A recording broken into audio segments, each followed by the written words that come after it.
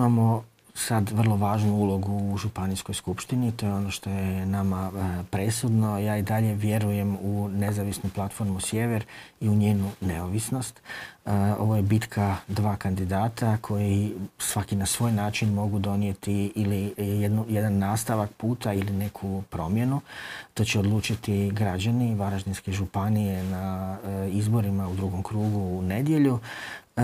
A evo, ja želim i jednome i drugome puno uspjeha i s jednim i drugim želim imati dobru suradnju i upravo zbog te neovisnosti i borbe u gradu Ludbregu, jer u toj konstelaciji imam s jedne strane HNS koji podržava HDZ, a s druge strane SDP koji je u suradnji sa reformistima koji su isto tako podržavali moga kandidata, želim poručiti i sačuvati tu svoju neovisnost na ovim izborima. Evo, sami ste spomenuli skupštinu.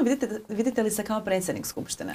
Pa MPS u svakom slučaju zaslužuje mjesto predsjednika skupštine. Da li će to biti ja ili netko drugi, nije važno. Nama je zapravo važno, od presudne važnosti da kroz utjecaj u Županijskoj skupštini neke stvari ubrzamo